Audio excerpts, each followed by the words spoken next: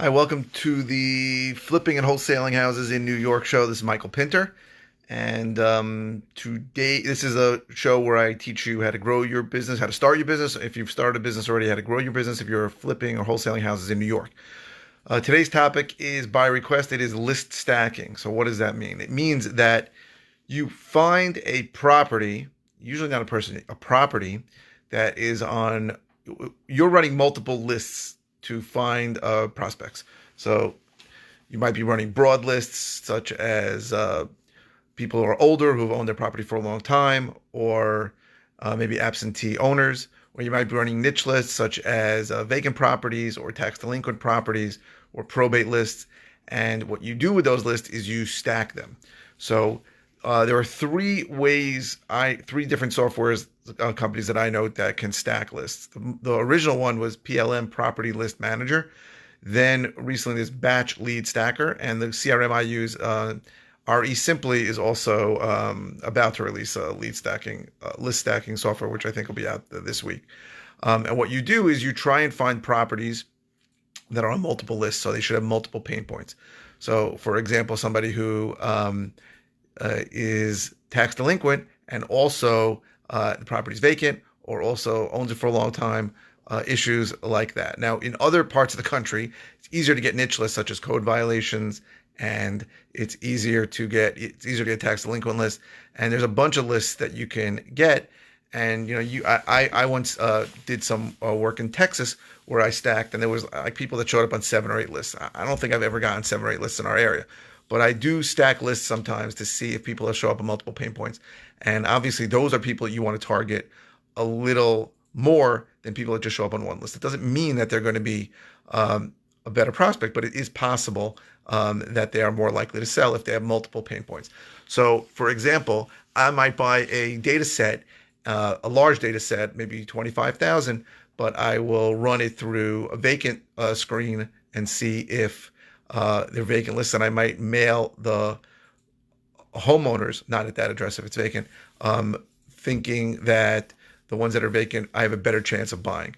That's basically the idea of list stacking. Again, it's easier in other parts of the country where there's so much more niche list data available. But by us, there are multiple lists you can do, and it is certainly, if you listen, direct mail is great, but direct mail is expensive, right? If you have a list of 10,000 and you want to mail that list, I say it over time. If you're not going to mail it 6 times, don't mail it once. If you're going to mail a list of 10,000, even with postcards, it's going to be around 40 cents. That's $4,000. You want to mail it 6 times, it's 24,000. But if you can take that list and you can narrow down people that have maybe multiple pain points, or maybe people that are more likely, you maybe mail a small portion of it. So mail is something that is expensive, and if you want to get started in mailing, list stacking might be a good idea. But you still, I get all the time people call me and they go, I ran a list, it's 150 people. That's not a list. That is way too small a data set to think I'm going to maybe get lucky. You need to be thinking in terms of thousands. So if you're thinking in terms of thousands, you have multiple lists and you want to stack them up. PLM, by the way, is pretty inexpensive. It's not expensive at all. Batch list, I don't think it's expensive either. They're both not expensive. So you can buy it for like a month. You can stack a list and see it, and then get sub lists of people that have more pain points or show up on multiple lists, and mail only a smaller list that you can afford to mail 6 times. Again, do not mail a list once. It is literally like flushing your money down the toilet. You just give it to me, and I'll be happy to take it. You're wasting your money. I know everybody thinks, well, why? If I mail it, that guy is just going to say, hey, I want to sell my property. It's just not how it works. Mail and most marketing works by momentum. It's people seeing the same message from you, or and the same idea from you multiple times. You have to call. Almost all sales happen on the 5th to 12th touch point, and just the idea that you're going to mail a guy and that's the day. Can it happen? Sure, but it's very rare that it happens. You need to mail any list 6 times, to even really 7 times, to know if it works or not, which is a crazy thought. But if you're working with smaller numbers, let's say it's 1,000, then it's $400. You can mail it over, let's say, 45 days each. So over 9 months, you spend $2,400. That's something that some people can do. But you need to think in terms of thousands when you're dealing with lists, and list stacking is a way for you to narrow down what could be larger lists into what could be better lists. And if you're looking to mail, I think it's a good idea to do that. But in general, if you're dealing with small numbers, if you have a few lists of 150, the idea that any of them are even going to show up on multiple lists is unlikely.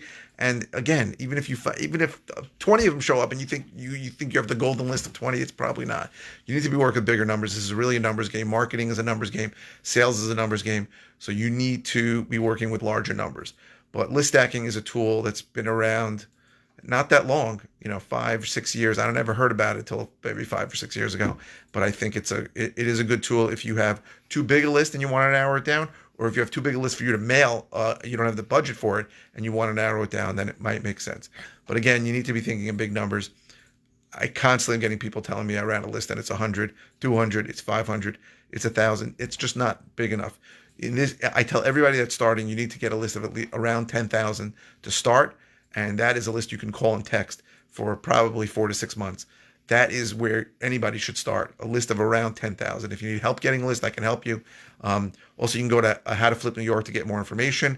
I want to thank you for watching. If you like these, please click like. If you're watching on Facebook, look up on top to see the 7 ways I can help you. If you're watching on YouTube, look below. If you haven't subscribed on YouTube, please subscribe. We have a Nassau County RIA meeting coming up soon, and they're always coming up. So the link below to join the Nassau County RIA if you're in the area. And my phone number is below if you want to call me. So please keep comments coming with suggestions for videos you want. I'd love to do them. I'm getting a lot of broad questions, and I'm going to answer all of them. I'm going to do them all by request, but certainly something specific is better than broad. I mean, someone just asked me, how do you know if it's a good deal? That's a very broad question, but I'm going to deal with that soon. But I appreciate all the comments that get answered right away. Any requests for videos, I'm happy to help you. So thank you for watching.